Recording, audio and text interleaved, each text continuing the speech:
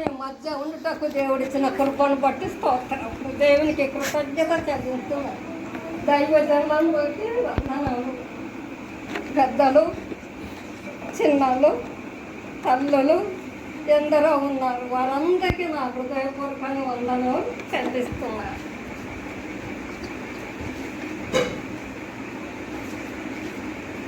చదివిన భాగంలో నుండి ఒక్క మాట మీ హృదయంలో భద్రం చేసుకున్న వలననే దేవుని పేరట నిలబడి ఉన్నారు.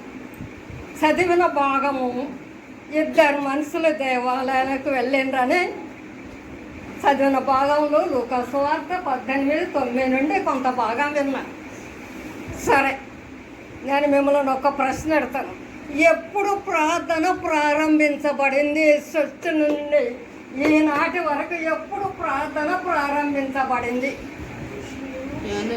ఎప్పుడు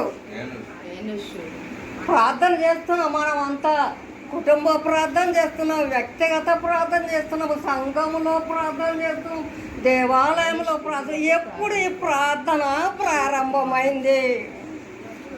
తీయండి. అపోస్తలుల ఆది కాండము 4వ అధ్యాయము 26వ వచనంలో మనకు ఎప్పుడు ప్రార్థన ప్రారంభమైంది? సేతుకు కుమారుడు పుట్టినప్పుడు ఆయనకి ఏనోస్ పేరు పెట్టబడింది. అప్పుడు ప్రార్థన ప్రారంభము. ఆది కాండము 4:26 నుండి ప్రకటన గ్రంథం నుండి ఈ క్షణం వరకు దేవుని పెట్టాలి. ప్రార్థనలు జరుగుతూనే ఉన్నాయి. తరతరాలు, యుగ యుగాలు ప్రపంచమంతటా ప్రార్థన కొనసాగుతూనే ఉంది. కాబట్టి ఆనాటి ప్రార్థన ఈనాడు మనం వింటున్నాము కదండి. యేసు ప్రభు ప్రార్థన చేసింది ఎప్పుడన్నా? చేసిండ అండి ప్రార్థన ఎప్పుడన్నా? యేసు ప్రభు దేవుడై ఉండి కూడా ప్రార్థన చేసిండు. ఎప్పుడు ప్రార్థన చేసిండట? యేసు ప్రభు ఎప్పుడెప్పుడు ప్రార్థన చేసిండు? తినేటప్పుడు మాత్రమేనా? దేవాలయంలో మాత్రమే. తీయండి. మార్కు సువార్త 1:35లో. మార్కు సువార్త 1:35లో పెందల కడనే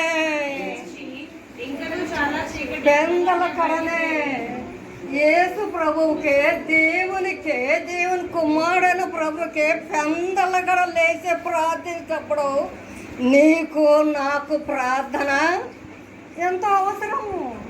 ఈ రోజు నుండి రేపు ఏమవుతామో మనకు తెలియదు, ఎల్లుండి ఏమవుతామో మనకు తెలియదు. కాబట్టి యేసు ప్రభు మనకు ఒక మాట ఈ దినమున చెప్తున్నాడు. నేను పెందల కడ ప్రార్థన చేసేవాడిని. మీరు కూడా ఏం చేయాలండి? తల్లులారా, ముఖ్యంగా తల్లుల ప్రార్థన పిల్లలకు కంచె, పిల్లలకు ఆధారము. బట్టలు కొనిస్తాము, డ్రెస్సులు కొనిస్తాము, టెక్స్ట్ బుక్స్ కొనిస్తాము, కాలేజ్ దాకా పంపించి అడ్మిట్ చేస్తాము.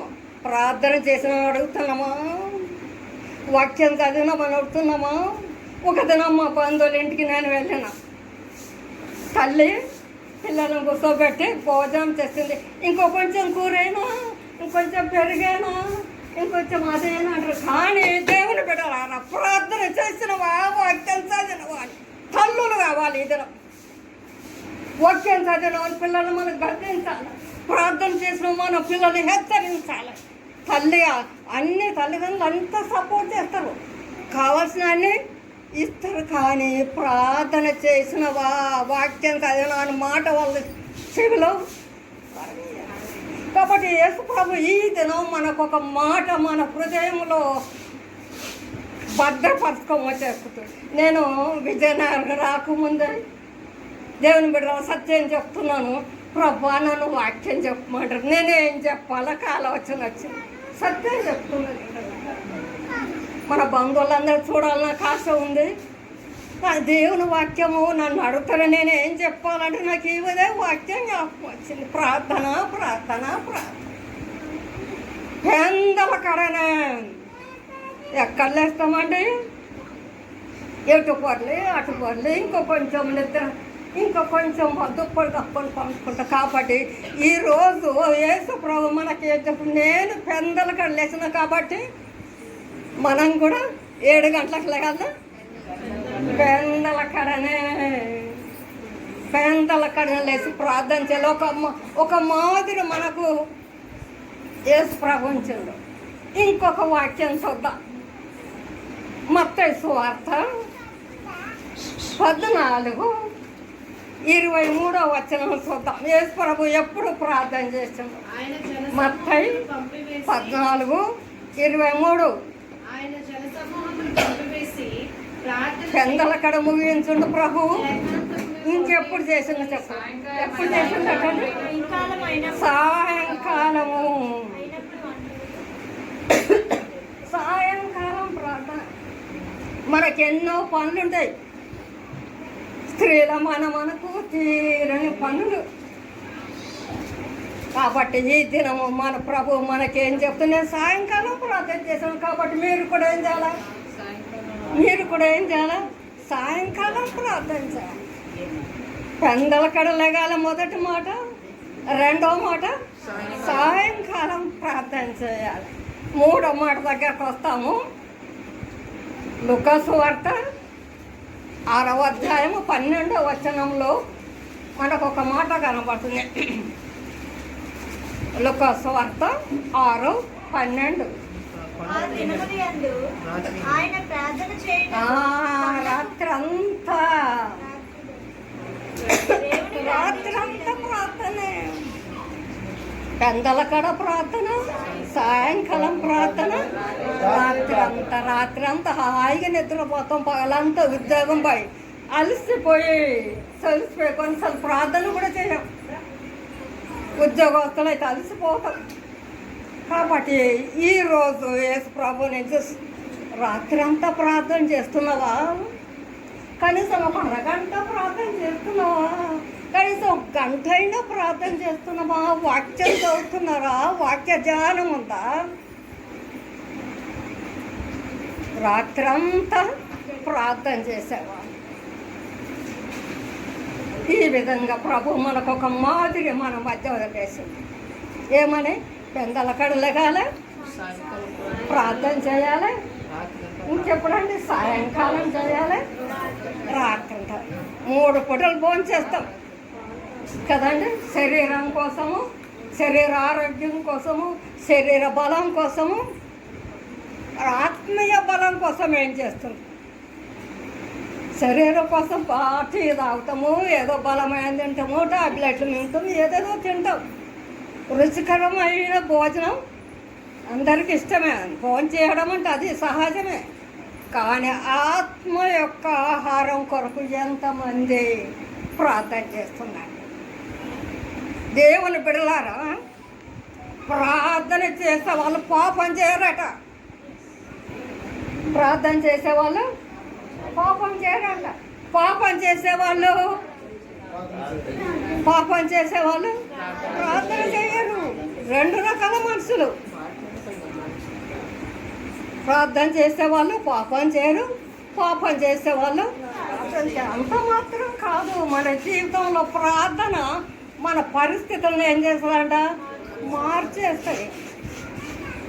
దొంగ మనసు మారలేదా? శిలువ మీద సుంకరి మనసు మారలేదా? దావీదు మనసు మారలేదా? అనేక మంది ప్రార్థనా పరులు ఉన్నారు. కాబట్టి వాళ్ళంతా దేని ద్వారా వాళ్ళ హృదయాలు మారుతున్నారు? కేవలము ప్రార్థనే. 3 అక్షరాల మాట ప్రార్థనే. ఎప్పుడు ప్రార్థన చేయాలి? నిర్ణయించిన సమయంలో ప్రతిదినము తెల్లవారుజామున, వేకువజామున, మధ్యాహ్నము, రాత్రి మనం భోజనం చేసేటప్పుడు అయ్యో ప్రార్థన చేసిన జ్ఞాపకం వస్తుందా అండి? ప్రార్థన చేయలేదే ఈ రోజు లేవగానే, ప్రార్థన చేయలేదే అని జ్ఞాపకం నాకు అది. హడావుడి ప్రపంచం అంత ఎట్లుందట, హడావుడి అంత గందరగోళము. కాబట్టి దేవుని బిడ్డలారా, ప్రమాదాలతో ప్రపంచంలో ప్రార్థన లేకుంటే బ్రతకలేమండి. అది మాత్రం మర్చిపోవాలి. రేపు ఏం జరుగుతుందో తెలియదు, నెక్స్ట్ మినిట్ మనకేం జరుగుతుందో తెలియదు.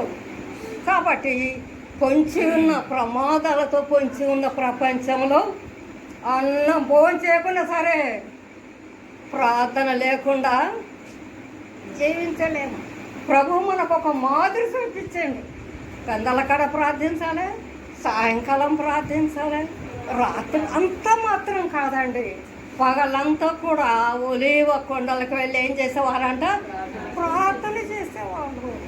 ఎందుకు అవసరం? దేవుడై ఉండి ఎందుకు అవసరము? అద్భుతాలు చేసేవాడు ఎందుకు అవసరము? అంత అధికారం కలిగి ఎందుకు అవసరం?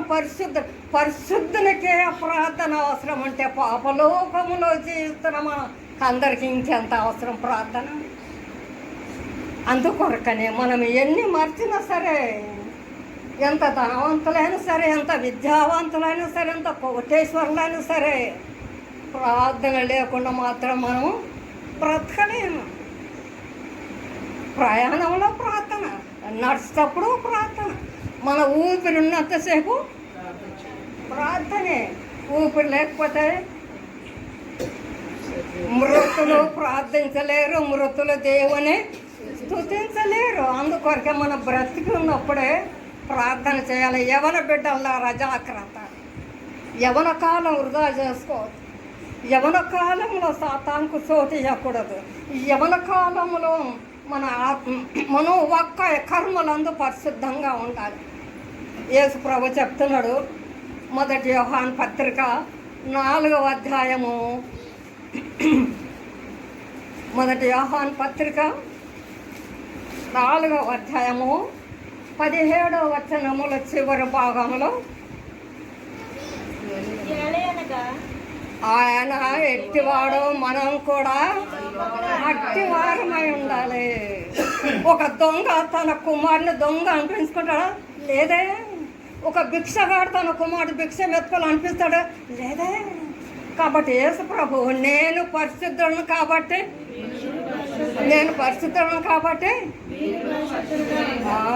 మొదటి పేతురు 1:14-16 నేను పరిశుద్ధులను కాబట్టి తాను ఎట్టివాడో మనం కూడా ఎట్టివాడమే. మన ప్రభు ప్రార్థనా పరుడు కాబట్టి మనం కూడా ప్రార్థన పరులమే. మన ప్రభు పరిశుద్ధుడు కాబట్టి మనం కూడా పరిశుద్ధులమే. మన ప్రభువు ప్రేమ గలవాడు కాబట్టి మనం కూడా ప్రేమ గలవాడు.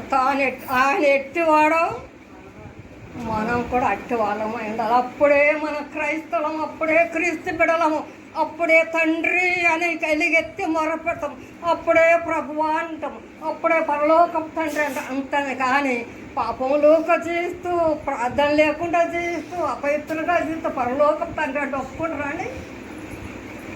కాబట్టి ఏం బిడలా, ఆయన ఎట్టివాడో ఆయన పరిశుద్ధుడు, ఆయన ప్రార్థన మన ప్రార్థన పడు. ఆయన క్షమించే దేవుడు, మనం కూడా క్షమించాడు. ఆయన ఎట్టివాడో మనం కూడా అట్టివాడో. ఇంకొక మాట చూద్దాము.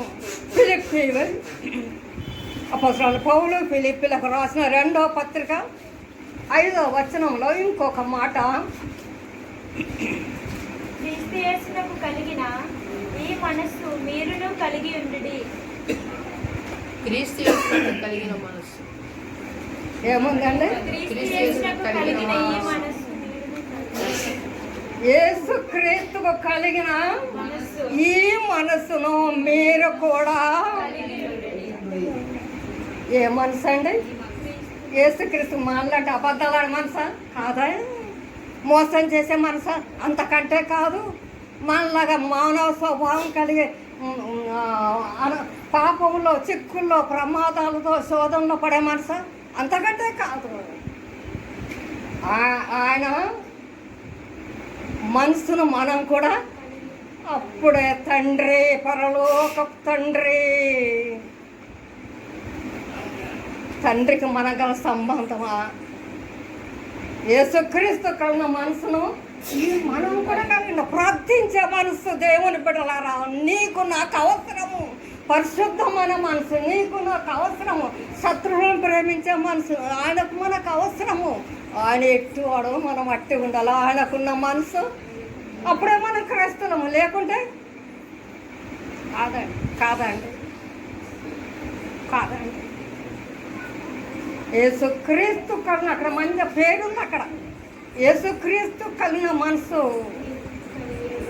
మనం కూడా కలిగి ఉండాలి. అప్పుడే మనం ఆయన యొక్క ప్రియమైన బిడ్డలము, అప్పుడే మనం ఆయన యొక్క స్నేహితులము, అప్పుడే మనం ఆయన యొక్క దగ్గరికి ఉండే సంబంధం, ఆయనకున్న మనసు మనం కలిగి. మనం ఏ వయసు ఉన్నా సరే, ఎవరి బిడ్డలైనా సరే, వృద్ధులైనా సరే, ఆయన మనసు మనకుంటేనే మనము దేవుని బిడ్డలము.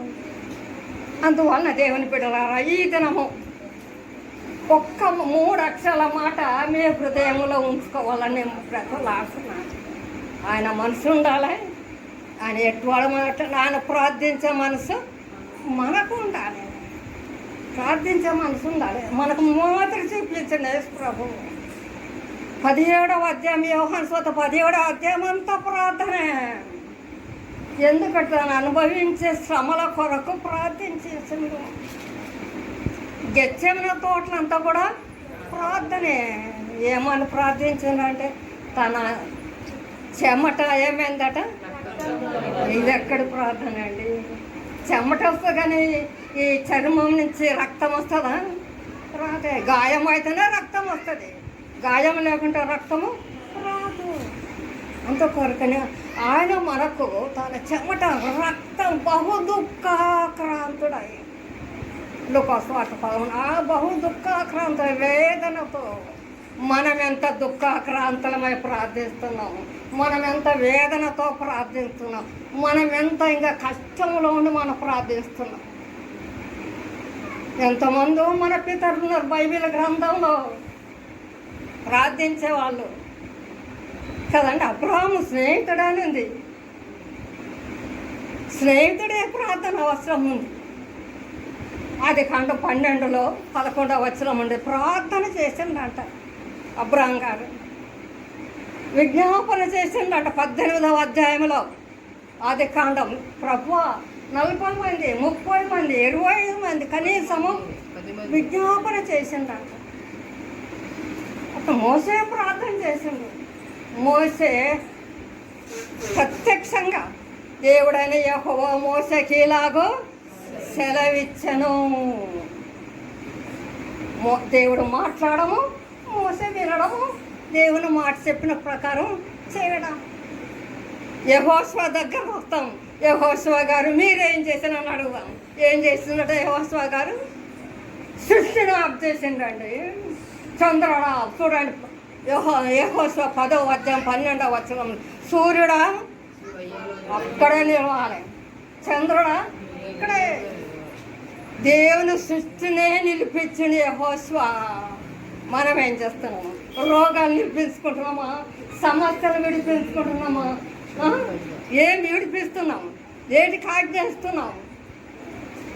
జ్వరం వచ్చినప్పుడు, బాధలు వచ్చినప్పుడు ఆ యెహోషువ ప్రార్థన రాదా మనకు? ప్రభు ఆనాడు సూర్యచంద్రులను ఆర్పేసిన యెహోషువ, నా ప్రార్థన వినవా, నాకు విడుదల దయచేవా, నాకు సహాయం దయచేవా. ఏలియా ప్రవక్త, చనిపోయిన వాళ్ళు ఎలీషా, అట్లా మన తరతరాలు చూస్తుంటే ఎందరో. ఎస్తేరమ్మ మీరేం చేసినారు కదా, ఎస్తేరమ్మ గారు మీరేం చేసిండ్రంటే మీరు ప్రార్థన చేసాను, నా జనాంగం రక్షించుకున్నారు. తల్లున్నారా, మీ కుటుంబం రక్షించారు, మీరు ప్రార్థన చేయాలి. జనాంగం రక్షించుకుందండి. యూదా జనాంగ ప్రార్థన ద్వారా మన పిల్లల రక్షణ కొరకు, మన భర్తల రక్షణ కొరకు మన బాధ్యత, మన బాధ్యత. దానియేలు గారు మీరు ఎప్పుడు ప్రార్థన చేసేనని అడుగుదాం. ఏమంటారండి? రోజుకు 3 సార్లు భోజనం చేస్తాం కానీ 3 సార్లు ప్రార్థన చేయాలి. అందుకొరకే సింహాలు చూస్తే ఏమైనాయట, నోరు మూసుకొని మిఠమిఠ చూసుకుంటున్నాయట. ఫాస్టింగ్ అయిపోయాడు సింహాలు, ఫాస్టింగ్. వాళ్ళ శత్రువులు లోపలేసిన తర్వాత ఫీస్టింగ్ అయిపోయినాడు. ఇక ఎముక ముక్క లేకుండా, అది దేవుని కార్యం, అది ప్రార్థనా శక్తి.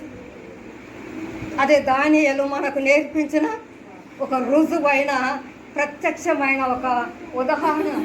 మనమేం చేస్తున్నాం మరి? శద్రకు మేషక మీరు ముగ్గురు ఎందుకు సావలేదు, మీరు ముగ్గురు ఎందుకు బూడిద కాలేనాడు? వాళ్ళు ఏమంటారు? ఇదిగో దేవుడేమో ప్రక్కన ఉన్నాడు, వెంట్రుకైనా కాలేదట. ఇది ఎక్కడ అద్భుతం అండి! ప్రార్థన, ప్రార్థన జీవితం. పేతురు దగ్గరికి వస్తే, పేతురు గారు మీరేం చేశారంటే, ఒకప్పుడు పొంకినా నేను చిన్నపిల్ల దగ్గర పొంకినా, మరి ఇప్పుడేం జరిగిందంటే అపోస్తల కార్యం 9వ అధ్యాయానికి వస్తే పేతురు గారు ఏమంటారు? చనిపోయిన దొరక దగ్గర ప్రార్థన చేస్తే ఏమైందట? యొప్పేలా ఉన్న దొరక ఏమైందట? చనిపోయిన యేసు ప్రభు చనిపోయిన వాడిని బ్రతికించుండు.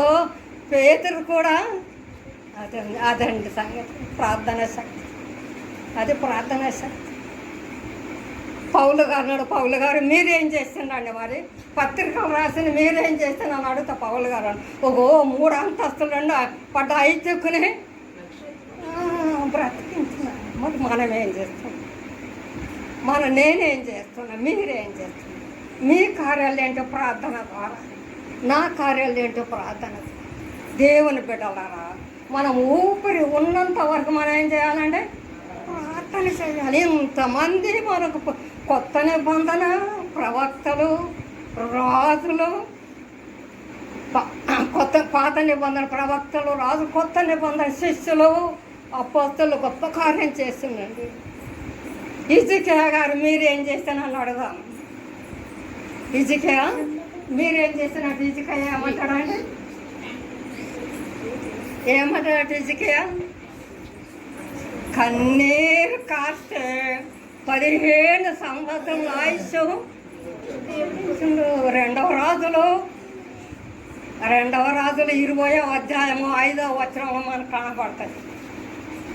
2వ రాజులు కన్నీటి ప్రార్థన గోడ వైపు. రాజు ప్రార్థన విన్న దేవుడు మన ప్రార్థన వినడా? రాజుకు ఆయుష్ పొడిగించిన దేవుడు నీ ఆయుష్ పొడిగించడా? యెహోషువ రాజును అడుగుదాము, రాజుగారు మీరు ఎట్లా చేసిండ్రో ప్రార్థన అంటే ఏమండట? దినవృత్తాంతం 2:20వ అధ్యాయంలో కనబడుతుంది. ఏం చేసిందట అంటే అక్కడ సైన్యంలో ఆయుధాలు మోసుకుపోలే, స్తుతించే వారిని, పాటలు పాడేవారిని సైన్యంగా పెట్టింది. యుద్ధాయుధం లేవు వాళ్ళకు. పాటలు పాడేవాడు చూడండి, 2వ దినవృత్తాంతం 20వ అధ్యాయంలో కనబడతాయి. స్తుతించేవారు యుద్ధ భూమిలో ఉంటారా అండి ఎక్కడన్నా? లేదా? చరిత్ర చెప్పదు అట్లా, చరిత్ర చెప్పదు. స్తుతించేవారిని, గాయకులను, పాటలు పాడేవారిని, యాజకులను ముందు పెట్టండి. మరి మన ఆయుధాలు ఏంటండి? మన ఆయుధములు ఒకటే ప్రార్థన. ప్రార్థన యేసు ప్రభువే మనకు మాదిరిగా చూపించిన ప్రార్థన అని. ప్రార్థన పెందల కడ ప్రార్థన, సాయంకాలం ప్రార్థన. మనం ఎంతవరకు ప్రార్థన చేయాలి? దేవుని బిడ్డలమని చెప్పుకుంటున్నాం.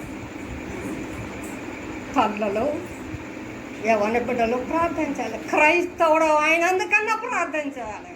మనం అన్యులను అడగము ప్రార్థన చేసినామని, క్రైస్తవులను అడుగుతాం. మనకు ఒక మంచి ఉదాహరణ చెప్పిండు లోకాసువార్త 18:9 వచనం నుండి. 2 ప్రార్థించటకు దేవాలయానికి వెళ్ళండి. ఒకరేమో పరిసయ్యుడు, 2వ వారేమో సుంకరి. పరిసయ్యులు అంటే వేషధారులు. అందుకొరకు యేసు ప్రభు మార్కు సువార్త 13 అయ్యో పరిసయ్యులారా, అయ్యో ధర్మశాస్త్రోపదేశకులారా అని అనేకసార్లు సంబోధించి, పరిసయ్యుడు ఒక మూలక, సుంకరి. పరిసయ్యుడు తన లిస్ట్ చెప్తున్నాడు, తన లైఫ్ హిస్టరీ చెప్పుకుంటున్నాడు. 8 ఉన్నాయి అక్కడ. తన యొక్క జీవితం చెప్పను, దొంగను కాను, అబద్ధకును కాను, అన్యాయస్తులు కాను. అది దేనికి తెలియదా? తెలుసు. కానీ సుంకర్ ఏం చేసినాడు? దేవా పాపినైనా అతని కంటే ఇతడెవరండి? అతని కంటే ఇతడు నీతిమంతుగా తీర్చబడినానండి. అతని కంటే పరిసయ్యుల కంటే సుంకరి నీతిమంతుడుగా తీర్చబడను. ఎందుకొరకని తను తాను తగ్గించుకుంటూ కాబట్టి తను తాను ప్రార్థించకైనాను యోగ్యత లేవు ప్రభా. ఒక్కటే మాట, ప్రభా పాపిన ఆయన నన్ను కనికరించు. మనకు ఆ మాటలు వస్తాయండో ప్రార్థనకి వెళ్ళేటప్పుడు, ప్రభా పాపిన మన పాపలోకములో పుట్టినము, లోకం అంతా దుష్టత్వమునకు లోబడి ఉన్నదనే యోహాన్ పత్రికలో రాసింది. ఈ దుష్టలోకంలో ఉంటున్నాం కాబట్టి మనకు ఆ మాట రావాలి. అందుకొరకని ఈ దినం మనం నేర్చుకోవచ్చు ప్రార్థన మన ఏ పరిస్థితుల్లో ప్రార్థన. తల్లులమైన మనము ఇల్లు ఉడుచుకుంటా ప్రార్థన ప్రభా శుభ్రంగా ఉడుతున్నా కదా, నా హృదయం శుభ్రంగా ఉంది. పాత్రలు తగ్గుతాం ప్రభా, నన్ను కూడా కడుగు అన్ని కడుగుతున్నా కానీ. అందువలన చిన్న బిడ్డలైనా సరే, యవన బిడ్డలైనా సరే, వృద్ధులైనా సరే, మనకు ప్రార్థన ఒక ఆయుధము. ఈ ఆయుధం, ఈ ప్రార్థన మర్చిపోతే మనకు లోకంలో దిక్కు లేదు. దేవుణ్ణి మర్చితే మనకి దిక్కు ఎవరండి? ప్రార్థన మర్చితే మనల్ని ఆదుకునే వాళ్ళు ఎవరండి? ప్రార్థన చేయకపోతే మనకు సహాయం చేసే వాళ్ళు ఎవరు? ప్రార్థన చేయకపోతే మన జీవితం సరిచేసే వాళ్ళు ఎవరు ఉన్నారండి? దేవుని బిడ్డలారా, ఈ దినము ఈ 3 అక్షరాల మాట మన హృదయంలో భద్రం చేసుకుంటాం. వస్తువులో భద్రం చేసుకుంటాం, కానీ మంచి వస్త్రం జాగ్రత్తగా భద్రం చేసుకుంటాం. బంగారు నగలు భద్రం చేసుకుంటాము. హృదయం భద్రం చేసుకోలే, హృదయ ప్రార్థన భద్రం చేసుకోలే. ఎవరైనా సరే క్రైస్తవులు మనం మన హృదయం ఏం చేసుకోవాలట? భద్రం చేసుకోవాలి, జాగ్రత్తగా భద్రం చేసుకోవాల్సింది. ఆ మాట సామెతల గ్రంథము 4వ అధ్యాయం 23వ వచనాలు మనకు కనపడతాయి. అన్నిటికంటే నీ హృదయమును భద్రంగా ఉంచుకున్నాం ఉందండి. జాగ్రత్తగా భద్రం చేసుకుంటా వస్తువులు, జాగ్రత్తగా బంగారు వస్తుంటే అన్ని భద్రం చేసుకుంటా. హృదయం భద్రం చేసుకోం ప్రార్థనతో, హృదయం భద్రం చేసుకోవాలి ప్రార్థనతో, హృదయం భద్రం చేసుకోవాలి పరిశుద్ధతో, హృదయం భద్రం చేసుకోవాలి విశ్వాసంతో, హృదయం భద్రం చేసుకోవాలి దేవునితో సహవాసం కలిగి. కాబట్టి దేవుని బిడ్డలు మనం నిత్య సహవాసం కలిగి ఉండాలి దేవునికి. ఒక రోజు కాదు, నిత్య సహవాసము, నిత్య సంభాషణ. ఆ సంభాషణే ప్రార్థన, కాబట్టి ఎవరైతే నిత్య సంభాషణతో దేవునితో కొనసాగించారో పాపంలో మనం పడిపోతాం. అందుకొరకని ప్రార్థన ద్వారా మన కుటుంబంలో మనల్ని భద్రం చేసుకుందాం. కుటుంబ ప్రార్థన ఉండాలి. కుటుంబ ప్రార్థనల వల్లనే కుటుంబంకి రక్షణ, కుటుంబంలో దేవుని ప్రసన్నత, కుటుంబంలో దేని యొక్క వెలుతురు ఉంటుందండి. వ్యక్తిగత ప్రార్థన, కుటుంబ ప్రార్థన, సంఘ ప్రార్థన అది మామూలు జరుగుతూనే ఉంటుంది. అందుకొరకని దేవుని బిడ్డలు మనం క్రైస్తవులు మనం ముఖ్యంగా ప్రార్థన మర్చిపోవాలి. ఎవరు ప్రార్థన చేస్తారో వాళ్ళకు జయ జీవితం, ఎవరు ప్రార్థన చేస్తారో వాళ్ళకు ఆపద రక్షణ. ప్రార్థన లేని వారికి రక్షణ. కారణం ఏంటంటే రక్షణకర్త కాబట్టి మనకు రక్షణ ఇస్తాడు. రక్షించే దేవుడు కాబట్టి మనకు రక్షణ ఇస్తున్నాడు. అందుకొరకు దేవుని బిడ్డలారా, చిన్నలారా, పెద్దలారా, దయతో ఈ దినము నుండి మనం ఏం చేయాలి? ప్రభుని పెందల కడ ప్రార్థన చేయాలా, సాయంకాలం ప్రార్థన చేయాలా, రాత్రి కూడా ప్రార్థన చేయాలని నేర్చుకున్నాం. ప్రార్థించే బిడ్డలంట పరిస్థితులను జయిస్తారు. అది ఏ పరిస్థితులు, అనారోగ్య పరిస్థితులైనా, ఆర్థిక పరిస్థితులైనా, ఇంకే పరిస్థితులు అంటే వాటి ఏం చేస్తారంట, జయిస్తారు. కాబట్టి దేవుడు ఇచ్చిన అవకాశం బట్టి, దైవజనులు ఇచ్చిన అవకాశం బట్టి ఈ ముఖ్యమైన మాట ప్రార్థించే బిడ్డలుగా ఉండాలని దేవుడు కోరుతున్నాడు. దేవుని బిడ్డలైన మనము కూడా ఇష్టపడి ప్రార్థించడానికి దేవుడు తన కృప నిరంతరం మనకు దయచేయను గాక. వీళ్ళారా, ప్రార్థన గురించి మనం హెచ్చరించబడ్డాం. దేవుడు మనతో మాట్లాడారు.